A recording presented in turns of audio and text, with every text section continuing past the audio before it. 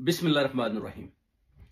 मेरे पाकिस्तानियों, आप सोच रहे होंगे कि ट्रंप जो शहबाज शरीफ की बार बार इतनी ज्यादा तारीफें क्यों कर रहा है। इसकी सिर्फ और सिर्फ एक ही वजह है और वो है खान, कैदी नंबर 804। कैदी नंबर 804 का जो खौफ है इनके ऊपर इस कदर छा चुका है कि इनको खुद समझ नहीं आ रही कि हम करें तो क्या करें। किसी तरीके से भी वो कहते हैं फाउल बॉल खेलें, किसी किस्म की भी डील कर लें। जैसे कि अभी इन्होंने जो डीलें किया है, एक तो आप देख लें कि फलस्तीन का जो इन्होंने अपने हाथों से जनाजा निकाला, यानी इसराइल को इन्होंने एक्सेप्ट किया और हो चुका, सिर्फ ऐलान करना बाकी है। और जो ये आपस में मुआहदे कर रहे थे सारे ममालिक के साथ बैठकर, ये उनकी इस कदर तारीफें कर रहा था कि कोई भी बोले जी कि शहबाज शरीफ जनाब देखें जी ट्रंप के साथ किस कदर फिट हो चुका है कि ट्रंप जब भी स्पीच भी करता है तो वो शहबाज शरीफ या फील्ड मार्शल का नाम लेता है। उसकी वजह है कि ट्रंप कहता था कि मैंने बलग्राम के ऊपर जाकर उधर कब्जा करना है, उधर डेरा लगाना है, जिसका आप कह सकते हैं कि चाइना और रशिया भरपूर किस्म की मुखालफत कर रहे हैं। और ये जो इसने क्या किया कि पाकिस्तान को अब बोला जी कि आप अफगानिस्तान के ऊपर अटैक कर दें, और ये अभी सैटेलाइट से देख रहा है पाकिस्तान को हालते जंग में करने वाला सिर्फ और सिर्फ ट्रंप है। वो मास्टरमाइंड है।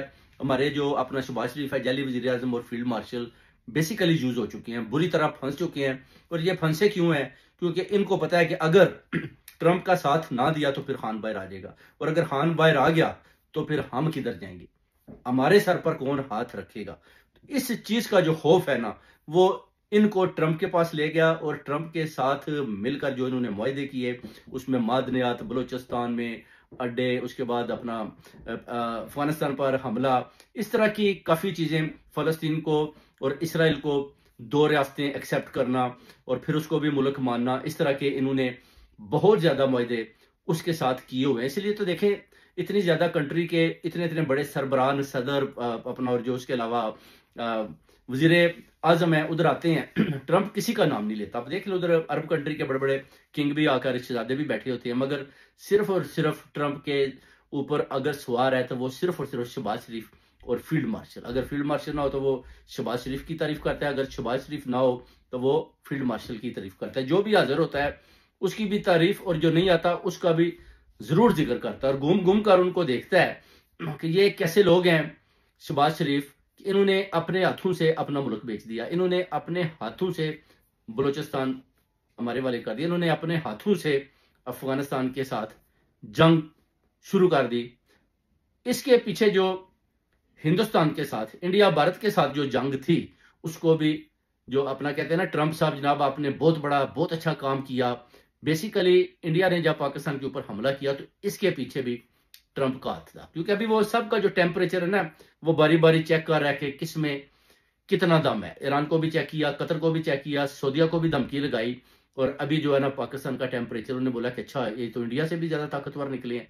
वाह जी वाह जनाब, इंडिया तो 3 दिन में जंग हार गया और साथ ही अफगानिस्तान के साथ लड़ा दिया। उसने बोला कि अगर मैं अपनी फौजें भेजूंगा तो वो उधर मारी जाएंगी, तो मैं ऐसा करता हूँ कि इनकी आर्मी को यूज करता हूँ, और आए दिन शहादतें हो रही हैं, जिसका इमरान खान साहब को जेल के अंदर बैठकर बड़ी तकलीफ और दुख है कि ये जो हमारे लोगों को हमें इनके साथ लड़ा लड़ा कर मरवा रहा है, और ये लोग उसके हाथों पर यूज हो रहे हैं। ट्रंप जैसे चाहता है वैसे करते जा रहे हैं। और ये बेसिकली आप कह सकते हैं कि शहबाज शरीफ हुकूमत पाकिस्तान मुल्क के साथ गद्दारी कर रहा है। ये गद्दारी के मरकज में आता है। इसमें मरीम नवाज भी शामिल है और नवाज शरीफ भी भरपूर तरीके के साथ गद्दारियां कर रहे हैं। ये तीनों मिलकर गद्दारी कर रहे हैं। इसमें अगर आप देखते हैं आसिफ अली जरदारी या बिलावल भुट्टो, वो बैकअप हैं, यानी बैक स्टेज पे खड़े हुए हैं, सिर्फ और सिर्फ देख रहे हैं कि ये जो गेमें खेल रहे हैं क्या इनकी चल भी पाएंगी, या कल को ये ना हो के अपनी ही गेमों के खुद ही शिकार हो जाएं। इस तरह भी होता है, क्योंकि जब जैसे ही ट्रंप ने इनसे हाथ उठाना है और जो इन्होंने कॉन्ट्रैक्ट किए हुए हैं उनमें ये रगड़े जाएंगे, फिर इनको भागना पड़ेगा, या तो मुल्क बदर हो जाएंगे, उधर से भाग जाएंगे, अगर पकड़े गए तो फिर ये बच नहीं पाएंगे। और वो कैदी नंबर 804 जानता है कि मेरा खौफ है। बेसिकली कैदी नंबर 804 खान का खौफ इनके सरों के ऊपर सवार है, और जैसे भी सीधे उल्टे सीधे जितने भी मुआहदे हैं ये करते जा रहे हैं सिर्फ और सिर्फ चंद डॉलरों के लिए। और इनके अंदर आप देख सकते हैं कि फलस्तीन के लिए किसी किस्म की भी ना उन्होंने आता कोई आवाज बुलंद किया, बल्कि आप देख लें तरीके लबैक वाले जब बाहर निकलते हैं तो उनको भी कैसे गोलियों से भून दिया जाता है, और वो भी जान बचाकर चले जाते हैं। इसकी वजह है कि ये किसी सूरत भी बर्दाश्त नहीं करेंगे। खुद ही उनको बोला कि आप बाहर आ जाएं थोड़ा सा हला गुला करें, उसके बाद जो है अमेरिका और पैसा देगा। जब वो बाहर आए तो आगे से प्लानिंग की कि इनको भी उड़ा दें, इनको भी अंदर की खबर की इनको भी खत्म कर दें, और उसके ऊपर भी 300 से ज्यादा केसेस बना दिए, साद रिजवी के भी। तो ये है जनाब कमाल शहबाज शरीफ का, और ये है कमाल जनाब आपके जो सदर अमेरिका के हैं। वो जो कहते हैं ना कि उसने एक बार ये भी बोला कि रिगिंग का मास्टर है शहबाज शरीफ, ये मास्टर है, ये अपना जानता है कि धांधली कैसे करनी है। तो शहबाज शरीफ भी बड़ा खुश हो रहा था। तो आपस में ये मिले हुए हैं अभी ना, मिलकर ये खेल रहे हैं। इनको पता है कि खान अगर निकल आया, खान तो एक तो वो जो हमला इन्होंने किया अफगानिस्तान के ऊपर उसको उसी वक्त स्टॉप करेगा, उसके बाद वो अपनी आर्मी को नहीं मरने देगा। वो बोलेगा कि नहीं, हमें ये शांति नहीं चाहिए क्योंकि मुसलमान मुल्क के साथ लड़ रहा है। उसके बाद ट्रंप की जितनी भी नाजायज ख्वाहिशात हैं उनको पूरा नहीं होने देगा। ये खान के अंदर एक, आपको पता है पहले भी उसने जब बोला था एब्सोल्युटली नॉट, तो उसकी भी इसको सजा दी गई, रजीम चेंज किया गया, उससे भरपूर फायदा उठाया नवाज शरीफ ने और इन हुकूमतों ने। 13 पार्टियों को इकट्ठा किया गया और खान के खिलाफ एक दीवार। फिर उसके बाद आपको पता है दायरे के चंद लोग भी बिके, जनरल फैज बाजवा वो भी सामने आए, उन्होंने मिलकर जो खेल खेला, फिर खान के ऊपर जेली केसेस बनाकर खान को बिहाइंड बार किया। अब ये इस लेवल पर गेमें खेल रहे हैं, अगर ये बचकर वापस भी आना चाहें तो इनके लिए मुश्किल हो जाएगा, क्योंकि जिस दलदल में ये फंस चुके हैं मेरे पाकिस्तानियों, उधर से बिल्कुल साफ शफाफ निकलकर वापस आना इनके बस की बात नहीं। बुरी तरह फंस चुके हैं, बुरी तरह मुल्क को चारों तरफ से जंग के अंदर धोल दिया गया है, और मुल्क को चारों तरफ से लोगों, जितने भी दूसरे ममालिक कंट्रीज हैं उनके साथ दुश्मनी के सिलसिले उन्होंने शुरू कर लिए हैं।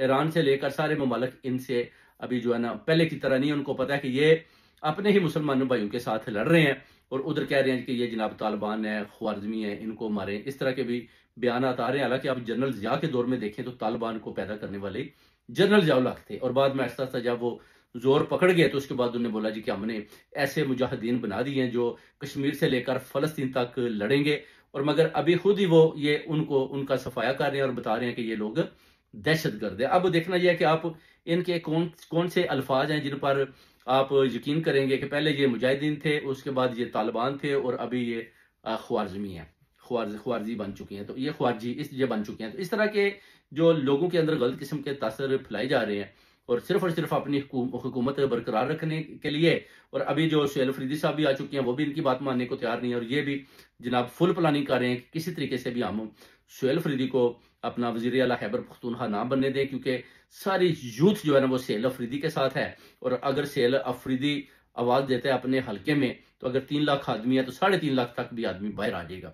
और अगर इतने ज्यादा यूथ को लेकर अगर वो इस्लामाबाद की तरफ चढ़ाई करेगा, तो अगर कत्लो गारत हुई तो फिर मुल्क के अंदर जो है ना खाना जंगी लग जाएगी। ये सारी चीजें भी ये सोच रहे हैं, और उस पर ये अपना अभी बैठे हुए हैं, उसी पर ही बात कर रहे हैं कि सुहेल अफरीदी से कैसे जान छुड़ाई जाए, सुहेल अफरीदी को कैसे डराया जाए, सुहेल अफरीदी को कैसे बैकअप किया जाए, और अली मीन गंडापुर जो उसको कैसे सामने लाया जाए। अली मीन गंडापुर ने भी अपने देख लें 3 दफा इस्तीफा दिया, 1-2 दफा तो उसने खान साहब की जो बाजी अलीमा सिस्टर हैं उनके बारे में भी लिखा कि इनकी वजह से मैं इस्तीफा दे रहा हूं। यानी वो अभी भी बाज नहीं आ रहा, जाते दफा भी वो ऐसे ऐसे बयान दे रहा है ताकि जो उसका सियासी फ्यूचर है वो खत्म हो जाए, और कल को अगर वो सियासत करना चाहता है तो किसी और पार्टी के साथ मिलकर कर सकता है। मगर खान साहब अगर बाहर आ गए तो इन सब को बिल्कुल फारग कर देंगे, क्योंकि उनको पता है कि इनको मैंने इतने इतने बड़े ओहदे दिए थे कि आप लोग मिलकर जोर लगाएं हकीकी आज़ादी के लिए।